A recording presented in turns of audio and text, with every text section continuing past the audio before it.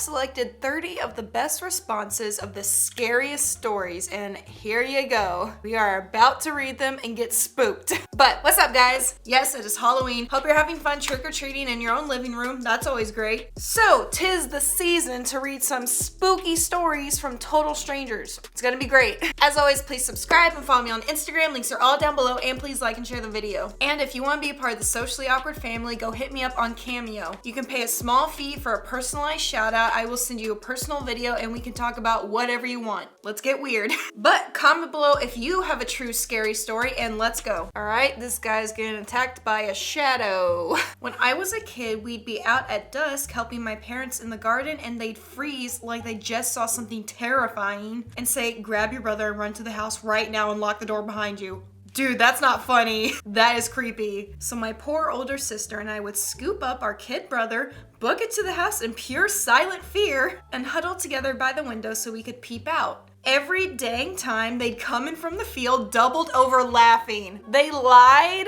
I know they thought it was funny because we bought it every single time, but Jesus Christ, Mom and Dad, if you want a couple kids with anxiety issues, you're doing it right. Seriously, that is not cool. And they kept doing it. Why'd you keep falling for it if every time they were lying? That's not their fault, you're just stupid. You gotta find fun when you're parenting for 18 years. You gotta find some entertainment. What's up, girl? You a demon? That's fun. I personally have quite a few spooky stories, but my mom has a good one, so I will tell hers. Great.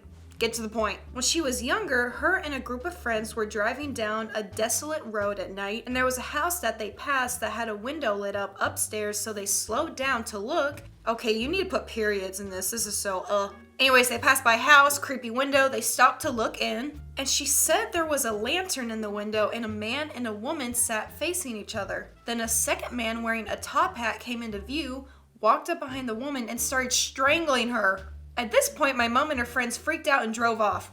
You didn't call 911? You saw someone being murdered? I mean, yeah, drive off, get somewhere safe so they don't come after you either. But call 911. When they went back to see what had happened, they drove up and there wasn't even a window. Huh? It was a plastic sheet, so they didn't know what to make of it, but they all ended up agreeing that they had seen a ghost. Being murdered. You just solved the crime of a cold case. Dude, I actually have a creepy story I want to tell y'all real quick. I just remembered. But back in Texas, where I'm from, down the road, there was this creepy house that this nice family lived in. For a while, they had a nice life. And then one day, they just disappeared. Like, all their stuff was still in the house. Clothes, there were dirty dishes in the sink, laundry wasn't done. Literally, they just disappeared, and the house was abandoned. I don't think I ever actually got to go see it, but that's creepy. Anyways, back to other people's spooky stories. They just let this demon die without calling for help. Wow. Ew. Is that the Easter Bunny after he died when he became roadkill? When I was about 10, 4 of our cousins lived with us, and I had 2 siblings, so there were 7 of us. That is, I can't follow that math right now. We were in the family room sitting in a circle playing a game. My parents were out doing whatever adult errands they had that day, and we heard a voice call out, Zachary. It was the voice of our grandmother, and one of my cousins was named Zach. Ooh!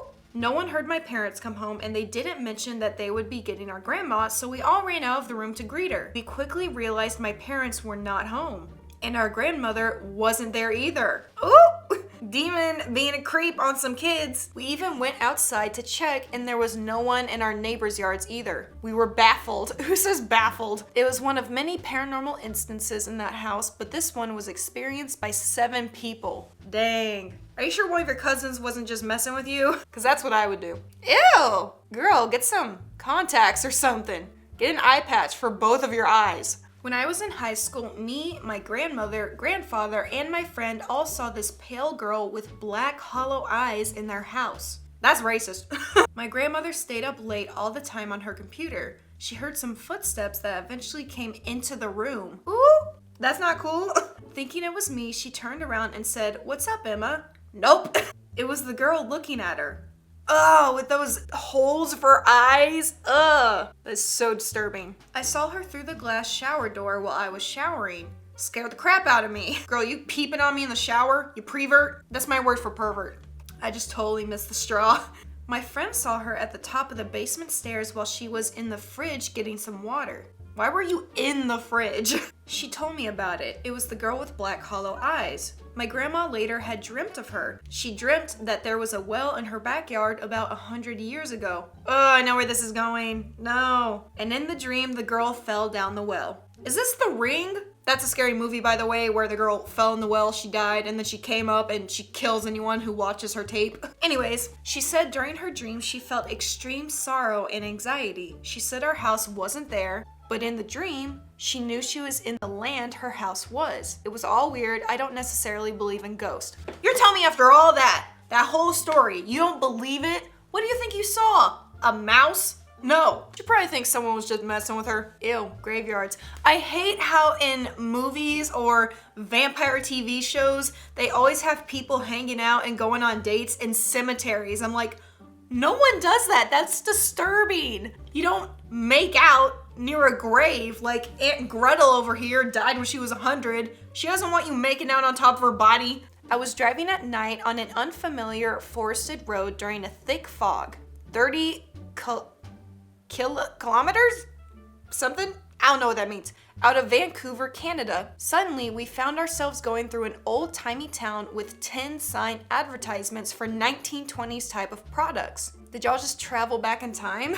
With similar era buildings. We have an old town like that back in Texas. Everything's really old. They didn't refurbish any of the buildings. It's kind of cool. Then we drove under a sign which read, "You are now leaving the United States." You about to drive into the demon world or something? Seeing I didn't think we had entered the States, it was quite unsettling. It turned out to be a movie set.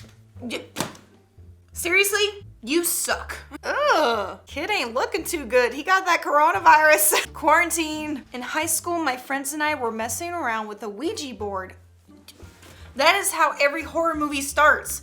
Guys, do not touch Ouija boards. I'm serious. Don't mess with them. You don't want to mess with demons or nothing. I don't care if you don't believe in it, because you're going to mess with it, and then a demon's going to be following you, or you're going to be like, oh, it's nothing. And then it's going to latch on to me. No, that's not cool. That night, there was no one else home except the 7 of us. The board misspelled some of the words the same way every time. It gave answers that seemed really historically accurate for our town. Long story short, the spirit claimed it was a 10-year-old boy who had died on the property in the 1800s and was buried in an unmarked grave. Was he murdered? Dang. We were all a little freaked out because the board had never been so detailed and consistent. Yeah, you finally struck something. You pinged the dead body. However, we were still skeptical and we were all assuming one of us was trying to scare the rest. Finally, one of my friends asked if the spirit could do something to prove he was there with us. That is where someone dies. It went to yes and then spelled out knock.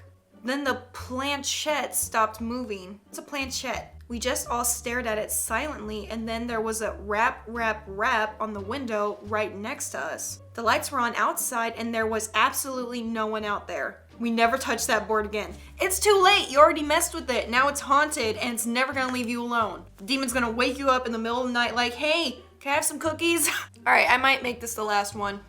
Oh, it's long, ew. When my daughter was 7, she kept asking me why I was smoking in her room late at night.